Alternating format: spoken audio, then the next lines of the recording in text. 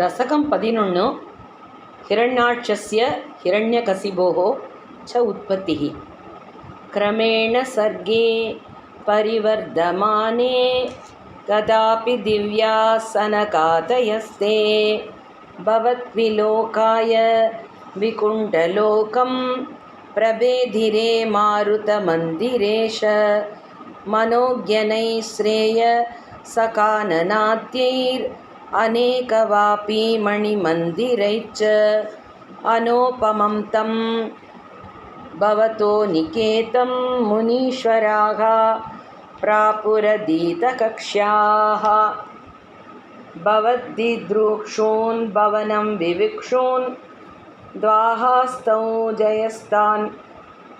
विजयो अभ्यरुन्दां तेषां च चित्ते पदमापगोपः सर्वं भवत्प्रेरणयैव भूमन् वैकुण्ठलोकानुचितप्रचेष्टौ कष्टौ युवां दैत्यगतिं भजेतम् इति प्रशप्तौ भवता श्रियौ तौ हरिं स्मृतिर्नो अस्त्विति नेमदुस्तान् तदेतदाज्ञाय भवानवाप्त सहैव लक्ष्म्या बहिरम्बुजाक्ष ककेश्वरां सार्पितचारुबाहुरानन्द्यं स्थानभिराममूर्त्या प्रसाद्य कीर्भिः स्तुवतो मुनीन्द्रान् अनन्यनाथावत भाषतौ तौ संरम्भयोगेन भवैस्त्रिभिर्माम् उपेदमित्यात्तकृपं न्यगादीः त्वदीयभरुत्यावत काश्यपात्तौ सुरारिवीरा उदितौ दिदौ द्वौ सन्न्यासमुत्पादनकष्टचेष्टौ यमौ च लोकस्य यमाभिवान्यौ हिरण्यपूर्वः कशिपुः किलैकः परो हिरण्याक्ष इति प्रतीतः उपौ भवन्नाथमशेषलोकं वृषान्यरुन्दां निजवासनान्दौ दयोर्हिरण्याक्षमहासुरेन्द्रो रणाय तावन्ननवाप्तवैरी भवत्प्रियां क्षमां सलिले निमज्य चचारकर्त्वात् विनदन् गतावान् ततो जलेशात् सदृशं भवन्तं निशम्य पप्राम कवेशयस्त्वां भक्तैकदृश्यः सकृपानिधे त्वं निरुन्धिरोगान् मरुतालयेश। दशकं 12 वराह अवतारः। स्वायम्भुवो मनुरतो जनसर्गशीलो दृष्ट्वा महीमसमये सलिले निमग्नां सृष्टारमापचरणं भवदङ्घ्रिसेवा दुष्टाशयं मुनिजनैः सह सत्यलोके कष्टं प्रजाः सृजति मय्यव निर्निमग्ना स्थानं सरोजभव कल्पय तत्प्रजानाम् इत्येवमेष गतितो मनुना स्वयम्भूर् अम्बोरुहाक्ष तव पादयुगं व्यचिन्तित् आहा विभो जलमहं न्यपिबं पुरस्तात् त्याभिमज्जते मही किमहं करोमि इत्थं त्वदङ्घ्रियुगलं चरणं गतोऽस्य नासापुटात् समभवः शिशुकोलरूपी अङ्कुष्टमात्रव पुरुत्पतितः पुरस्तात् भूयो अथ कुम्भिसदृशः समजृम्भतास्त्वम् अप्रेततावितमुदीक्ष्य भवन्तमुच्चैर्विस्मेरतां विधिरकात् सहसोनुभिः स्वैः को असावचिन्त्य महिमा किटिरुद्धितो मे नासापुटात् किमु भवेत निजितस्य माया इत्थं विचिन्तयति दातरि शैलमात्रः सत्यो भवन् किल जगर्जितघोरघोरं तं ते निनादमुपकर्ण्य जनस्तपस्ताः सत्यस्थिताच्च मुनयो नुनुबुर्भवन्तं तत्स्तोत्रहर्षुलमनाः परिणत्य भूय स्तोयाशयं विपुलमूर्तिरवातरस्त्वम् ऊर्ध्वप्रसारि परिधूम्र विदूतरोमा प्रोक्षिप्तवालधिरवाङ्मुखघोरगोण दूर्णप्रदीर्णजलतः परिपूर्णदक्ष्णा स्तोत्रोन्मुनीञ्चि शिरयन्नवतेरितस्त्वम् अन्तर्जलं तदनु सङ्कुलनग्रचक्रं भ्राम्यत्तिमिङ्गिलकुलं कलुषोर्मिमालम् आमिष्य भीषणरवेण रसादलस्ता नाकम्पयन् वसुम वकेशयस्त्वं दृष्ट्वा अथ दैत्यहतकेन रसादलान्ते संवेशितां झटिति कूटगिटिर्विभो त्वम् आपातुकान् विगणय्य सुरारिकेटान् दंष्ट्राङ्गुरेण वसुधामदता सलीलम् अत्युन्तरन्दनदधरां दशनाग्रलग्न उस्ताङ्गुराङ्गित इवादिकपीवरात्मा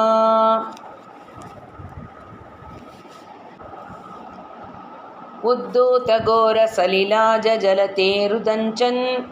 क्रीटावराहवपुरीश्वर पाहि रोगात्. दशकं 13 हिरण्याक्षवधः. हिरण्याक्षं तावद्वरद भवदन्वेषणपरं चरन्तं सांवर्ते वयसि निजजङ्गापरिमिते भवद्भक्तो गत्वा कपटपटुतीर्नारदमुनिः सनैरूसे नन्दन् दनुजमपि निन्दं स्तव बलं समायामि विष्णुर्हरति भवतीयां वसुमतीं प्रभो कष्टं कष्टं किमितमिति तेनापि गदितः ननक्त्वासौ नदन् क्वासौ क्वासाविधि स मुनिना दर्शितपतो भवन्तं सम्प्रापत्तरणितर मुद्यन्तमुदगात् अहो आरण्यो अयं मृग इति हसनतं बहुतरैर्दुरुक्तैर्विद्यन्तं तिथिसुतमवज्ञाय भगवन् महीं दृष्ट्वा दंष्ट्राशिरसि सकितां स्वेन मनमहसा भयोतावाताय प्रसभ मुदयुक्तामृतमिदौ गतापाणौ दैत्ये त्वमपि गृहीतोन्नतगतो नियुद्धेन क्रीटन् कटकटर ओत्कुष्ठवियता रणालोकौत्सुक्यान्मिणति सुरसङ्गे धृतममुं निरुन्द्या सन्ध्यातः प्रथममिति तात्राजगतिशे गतोन्मर्दे तस्मिंस्तव खलु गतायां तिथिभुवो गतागाताद् भूमौ झटिति पतितायामहः भोः मृदुस्मेरास्यस्त्वं धनुजकुलनिर्मूलनशनं महाचक्रं स्मृत्वा करभुवि तदा नोरुरुषिषे तदः शूलं कालप्रतिमऋषि दैत्ये विसृजति त्वयि चिन्तत्येनत्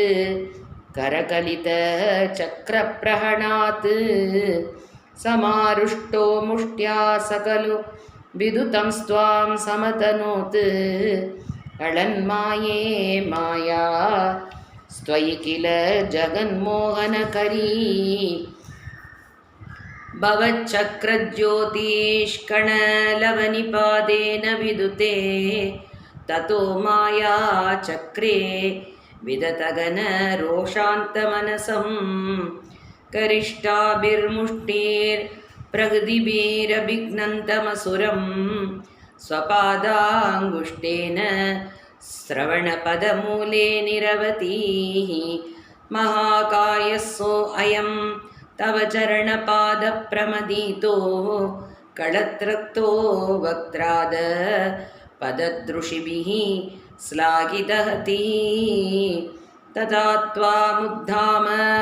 प्रमदपरविद्योतिहृदया मुनीन्द्राः सान्द्राभिः स्तुतिभिरनुवन्दत्वरदनुं द्वयीचन्तो रोमस्वपि कुचगणः सक्षोषीकृतं चतुर्होदारो अङ्ग्रौ सृगपि वदने शोदरयिडा ग्रहा जिह्वायां ते परपुरुष कर्णे च समसाः विभो सोमो वीर्यं वरदकळदेशे अभ्युपसतः मुनीन्द्रैरित्यादि स्तवनमुकरैर्मोदितमना महीयस्या मूर्त्या विमलतरकीर्त्या च विलसन् स्वदिष्ट्यं सम्प्राप्तः सुकरसविहारी मधुरिपो निरुन्द्यारोगं मे सकलमपि वातालयपते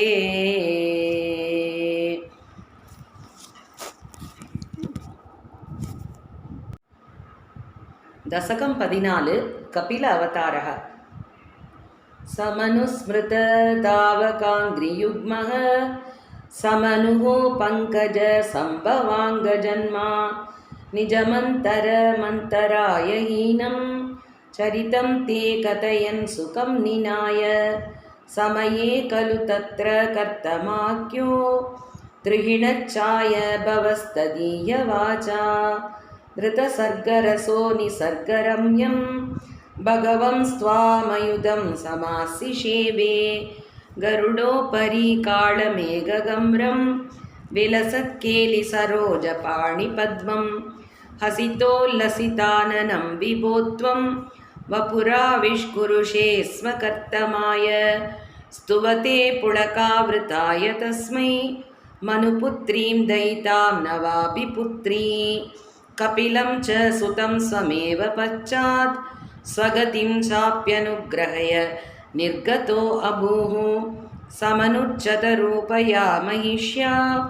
गुणवत्या सुतया च देवहूत्या भवतीरितनारदोपदिष्ट समगात् कर्तममागति प्रतीक्षं मनुनोपहृतां च देवहूतिं तरुणीरत्नमवाप्य कर्तमो असौ भवदर्शननिर्वृतो अभिदस्यां दृढशुश्रूषणया ततौ प्रसादं स पुनस्त्वदुपासनप्रभावात् दयिता कामकृते कृते विमाने वनिताकुलसङ्कुलो नवात्मा व्यहरत्येवपदेषु देवहूत्या शतवर्षमदव्यदीत्यसो अयं नवकन्याः समवाप्य धन्यरूपाः वनयानसमुद्यतो अभिकान्तायितकृत् त्वज्जननोत्सुकोऽन्यवासीत् निजभर्तृगिरा भवन्निषेवा निरदायामत देवदेवहूत्यां कपिलस्त्वमजायता जनानां प्रदयिष्यन् परमात्मतत्त्वविद्यां वनमेयुषी कर्तमे प्रसन्ने मदसर्वस्वमुपातिचन् सञ्जनन्यै कपिलात्मकवायुमन्दिरेश त्वरितं त्वं परिपाहि मां गतौगात्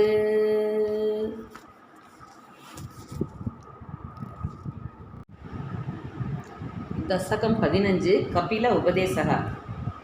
मदिरिह गुणसक्ता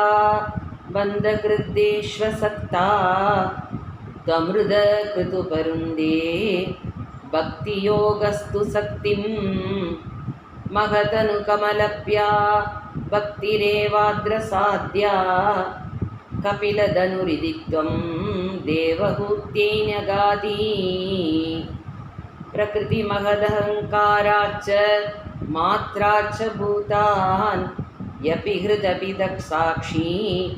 पूरुषः पञ्चविंशः इति विदितविभागो मुच्यते असौ प्रकृत्याः कपिलधनुरिति त्वं देवहूत्यै नगाधीः प्रकृतिगतगुणौघैर्नाज्यते पूरुषोऽयं यदि तु सजदि तस्यां तद्गुणास्तं भजेरन् मदनुभजन तत्त्वालोचनैः साप्यपेयात् कपिलधनुरिदित्वं देवहूत्यै न्यगादि विमलमधिरुपात्तैरासनात्यैर्मदङ्गं गरुडसमधिरूढं दिव्यभूषायुधाङ्गं रुचितुलिततमालं शीलयेतानुवेलं कपिलधनुरिदित्वं देवहूत्यै न्यगादि मम गुणगणलीलाकर्णनैः कीर्तनाद्यैर्मयि सुरसरिदोगप्रज्ञचित्तानुवृत्तिः भवति परमभक्तिः सा हि मृत्योर्विजेत्री कपिलधनुरिदित्वं देवहूत्यै न्यगादि अगः बहुलहिंसा सञ्चितार्थै कुटुम्बं प्रतिदिनमनुपुष्णन् स्त्रीजितोपाललाळी विसतिः गृहसक्तो यातनां मय्यभक्तः कपिलधनुरिदित्वं देवहूत्यै न्यगादीः युवतिजठरखिन्नो जातबोधो अप्यकाण्डे प्रसवकलितबोधः पीठयोल्लङ्घ्य बाल्यं पुनरपि पदमुह्यत्येव तारुण्यकाले कपिलधनुरिदित्वं देवहूत्यै न्यगादीः पितृसुरग्नजाजी धार्मिको यो गृहस्थः स च निबदितकाले दक्षिणात्वोपगामी मयि निहितमकामं कर्मदूतत्पदार्थे कपिलधनुरिदित्वं देवहूत्यै न्यगादीः इति सुविदितवेद्यां देवहे देवहूतिं कृतनुदिमनुगृह्य तं गतो योगिसङ्गैः विमलमतिरता असौ भक्तियोगेन मुक्ता त्वमपि जनहितार्थं वर्तसे प्रागुदीष्यां परम किमु बहुक्त्या त्वं पदाम्बोजभक्तिं सकलभयविनेत्रीं सर्वकामोपनेत्रीं वतसि खलु दृढं त्वं तद्विदूयामयान्मे कुरु पवनपुरेश त्वय्युपातस्त्व भक्तिम्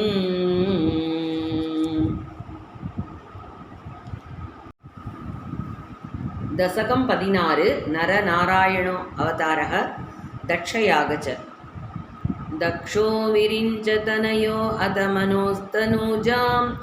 लब्ध्वा प्रसूतिमिह षोडशशापकन्याः धर्मे त्रयोदश दतौ पितृषु स्वदां च स्वाहां हविर्भुजि सतीं गिरिशे त्वदंसे मूर्तिर्हि धर्मगृहिणी सुषुवे भवन्तं नारायणं नरसकं महितानुभावं यज्जन्मनि प्रमुदिताः कृतदूर्यघोषाः पुष्पोत्करान् प्रववृषुर्नुनुवुः सुरौकाः दैत्यं सहस्रकवचं कवचैपरीतं साहस्रवत्सरत पस्समराभिलव्यैः पर्याय निर्मित तपस्समरौ भवन्तौ शिष्टैकसङ्कटममुं न्यहतां सलीलम् अन्वाचरन्नुपति सन्नपि मोक्षधर्मं त्वं प्राद्रुमान् बदरिकाश्रममध्यवासी चक्रो अदते च मदपोबलनिस्सहात्मा दिव्याङ्गना परिवृतं प्रजिकायमारं कामो वसन्तमलयानिलबन्धुशाली कान्ताकटाक्षविसिकैर्विकसद्विलासैः विद्यन्मुहुर्मुहुरकम्बमुदीक्ष्य च त्वां पीतस्त्वया अथ जगते मृदुहासभाजा पीत्यालमङ्गजवसन्तसुराङ्गनावो मन्मानसन्त्विह जुषत्वमिति ब्रुवाणः त्वं विस्मयेन परितः स्तुवदामदैषां प्रादर्शयः स्वपरिचारक कादराक्षी सम्मोहनाय मिलिता मदनातयस्ते त्वद्दासिका परिमलै किल मोहमापुः दत्तां द्वया च जगृहुस्त्रभयैव सर्वासिकर्व शमनीं पुनरुर्वशीं तां दृष्ट्वोर्वशीं तव गतां च निजम्य चक्रः पर्याकुलो अजनिभवन्महिमावमर्शात् एवं प्रशान्तरमणीयतरावतारात् त्वत्तो अधिको वरद कृष्णद धनुस्त्वमेव दक्षस्तु दिलाळनयारजो अन्तो नाद्यातृतस्त्वयि च कष्टमशान्तिरासीत् येन व्यरुन्धस भवत्तनुमेव सर्वं यज्ञे च वैरपिशुने स्वसुधां व्यमानीत् कृत्येशमर्दितमकः स तु गृत्तशीर्षो देवप्रसादिदहरा ततलब्धजीवः त्वत्पूरितक्रतुवरः पुनरापशान्तिं सत्त्वं प्रशान्तिकर पाहि मरुत्पुरेश.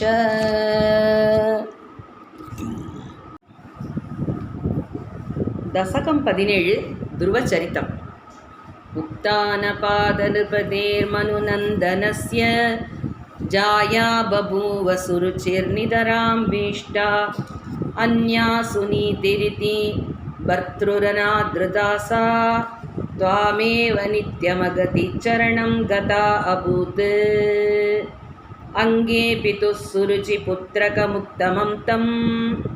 दृष्ट्वा ध्रुवः किल सुनीतिसुदो अतिरोक्ष्यन् आशिक्षिपे किल शिशुत्सुतरां सुरुच्या दुःसन्ध्यजा खलु भवद्विमुखैरसूया त्वन्मोहिते पितरि पश्यति दारवस्ये दूरं दुरुक्तिनिहितः सगतो निजाम्बां सा अपि स्वकर्मगति सन्तरणाय पुंसां त्वत्पादमेव चरणं सिसवे सशंस आकर्ण्यसो अभिभवदर्शननिश्चितात्मा मानी निरेत्य नगरात् किल पञ्चवर्षः सन्दृष्टनारदनिवेदितमन्त्रमार्ग सत्त्वामारराध तपसा मधुकाननान्ते ताते विषण्णहृदये नगरीं गतेन श्रीनारदेन परिसान्त्वित चित्तवृद्धौ बालस्त्वदर्पितमनाः क्रमवर्तितेन निन्ये कठोरतपसा किल पञ्चमासान् तावत्तपोबलनिरुश्वसिते दिगन्ते देवार्तितस्त्वमुदयत्करुणार्द्रचेताः तद्रूपचित्रसनिलीननमते पुरस्तादाविर्बभूवित विभो गरुडातिरूढः तद्दर्शनप्रमदभारतरङ्गितं तं दृप्यां निमग्नमिव रूपरसायनेते दुष्टूषमाणमवगम्य कपोलदेशे संस्पृष्टवानसितरेण तथा आतरेण तावद्विबोधविमलं प्रणुवन्दमेन मा भाषतास्त्वमवगम्य तदीयभावं राज्यं शिरं समनुभूय भजस्व भूयः सर्वोत्तरं ध्रुवपदं विनिवृत्तिहीनम् इत्योशिषिद्वयि गते नृपनन्दनो असौ वानन्दिता किल जनो नगरीमुपेतः रेमे चिरं भवदनुग्रहपूर्णकाम स्ताते गते च वनमातृतराज्यभारः यक्षेण देवनिगते पुनरुद्यमे अस्मिन् यक्षैः सयुद्धनिरतो विरदो मनोक्त्या सान्ध्या प्रसन्नहृदयात् नतातु बेतात् त्वद्भक्तिमेव सुदृढामवृणोन्महात्मा अन्ते भवत्पुरुषनीतविमानयातः मात्रा समं ध्रुवपते मुदितो यमास्ते एवं स्वभृत्य जनपालनलोलजीस्त्वं वातालयाधिपनिरुन्धि ममा मयौगान्.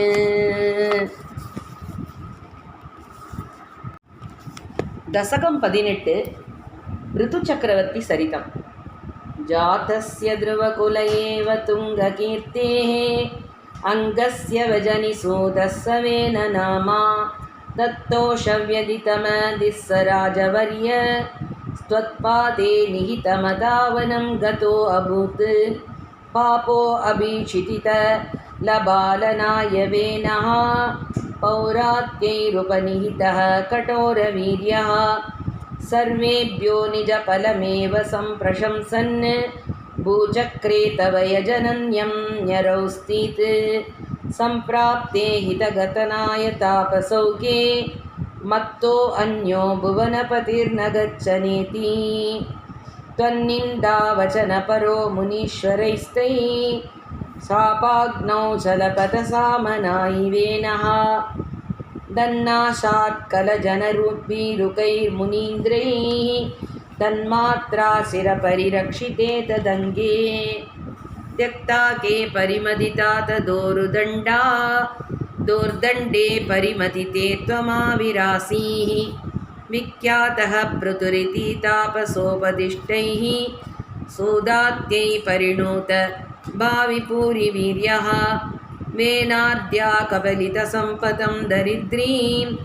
आक्रान्तां निजधनुषा समामकार्षी भूयस्तां निजकुलमुख्यवत्सयुक्तैर्देवात्यै समुचितचारुपाजनेषु अन्नादीनपि लशितानि यानि तानि स्वच्छन्दं सुरभित नूमदूदूहस्तम् आत्मानं यजति मकैस्त्वयि त्रिधामन् आरब्धे च तदमवाजिमेधयागे स्पर्धालुच्यतमेक एकवनी सवेशः कृत्वा अश्वं तव तनयात् पराजितो अभूत् देवेन्द्रं मुहुरिति वाजिनं हरन्तं वह्नौ तं मुनिवरमण्डले जुहूषौ वृन्दाने कमलभवे क्रदो समाप्तौ साक्षात् त्वं मधुरिपुमै क्षदा स्वयं स्वं तत्तत्तं वरमुपलभ्य भक्तिमेघां गङ्गां देवी तपतः कदापि देव सत्रस्तं मुनिनिवहं सीतानि शंसन् नेक्षिष्टा सनकमुखान् मुनि पुरस्तान् विज्ञानं सनकमुखोदितं तदा नः स्वात्मानं स्वयमगमो वनान्तसेवी तत्तागृद्भृतुवपुरी सत्वरं मे रोगौगं प्रशमय वातगेहवासिन्.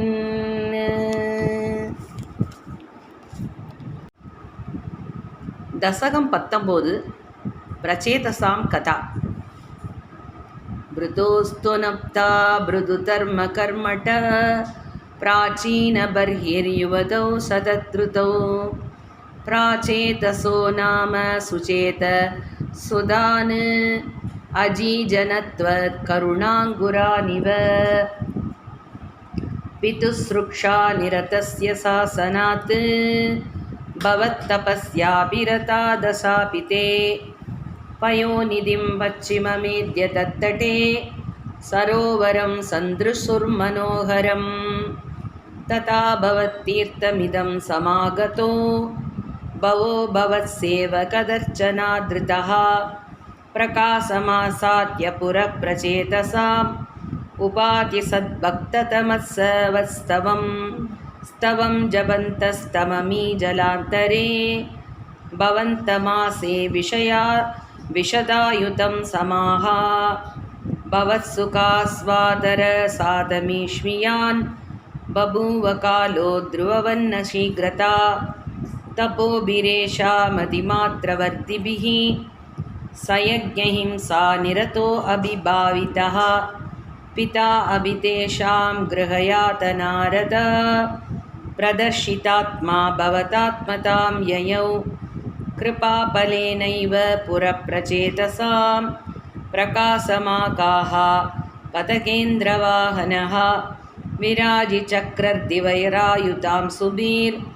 भुजाभिरष्टाभिरुदन्ति जत्युतिः